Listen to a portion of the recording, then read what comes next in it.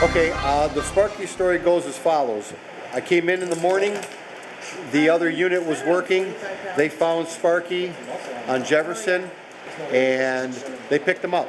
He was a mess. He had some serious skin issues, skin and bones. They brought him back here, they gave him 2 baths, and we were looking for a place to find him a home, basically. My wife does animal rescue, so she found Bill and Missi on the internet. They came by a few hours later, picked him up, took him home, and the transformation has been incredible. And that's my story. Detroit Billy Crew is #1, first and foremost, about rehabilitating the American Pit Bull Terrier and related breeds. Our mission statement is to help with the homeless and the stray dogs and educate the public on these dogs in particular. That, you know, these dogs aren't the vicious dogs that everybody deems them to be, that they can become part of society. We get dogs from all different backgrounds, whether it's a stray, it could be a family dog, could have been a dog used for fighting or a bait dog. The first thing we do is obviously get the dog out of the situation, make sure it's fully vetted, spayed, neutered, fully vaccinated. We give the dogs about a month to 2 months depending on the dog. We can find the core behavior of the dog so that we can proceed from that point. Come here, Sparky. Come on. He smiled like you wouldn't believe. We were driving him home. We were like, okay, well, what's his name going to be? And Bill and I just kind of both looked at each other and we're like, well, he's black and white. We just got him from a fire station, so Sparky it shall be. Yeah. There they are. Hey, guys. Where's my boy at?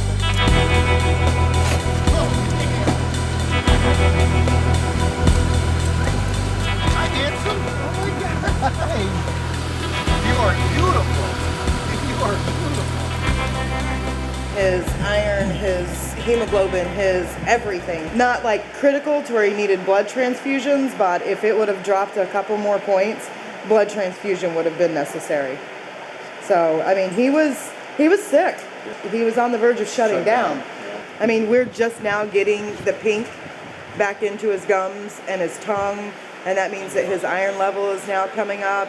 So, I mean, he's almost there. He still has a little ways to go. Look at that tail. It was interesting, actually, because we were actually en route to take Gidget to her final home, and his wife Carol had called us. So after that, we came down here. I mean, literally just emptied one spot and got a call for another one.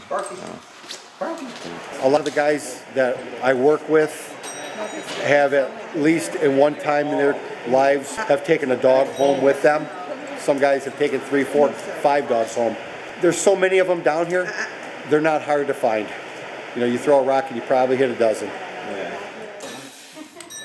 They were originally intended to be a multi-purpose working dog. They used to use them garden cattle, garden kids, you know, garden the homestead.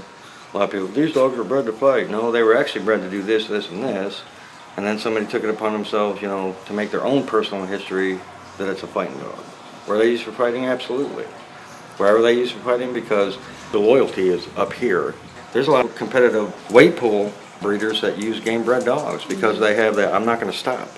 I'll come out of my skin before I stop pulling the sled, which is the same thing that when you drop a dog in a pit, you know, it's going to go after that dog because the owner's in the pit with it going, good dog, good dog. So we recondition them to, instead of attacking other dogs, now we're going to work out your working ability on ropes, through agility courses, and things like that. You know, we didn't rescue Sparky. You rescued Sparky. All we did was come pick him up and give him a chance at being a pet. Now we're going to take this dog from the mangled mess that it is. I don't care what happened to it. From this point forth, we're going to build this dog up to be a family pet. Right. We're going to get him healthy. We're going to, you know, get him spayed and neutered. We're going to teach him basic leash and handling, and then we're going to groom the potential adopters in such a way that he doesn't ever end up in that situation again. Right.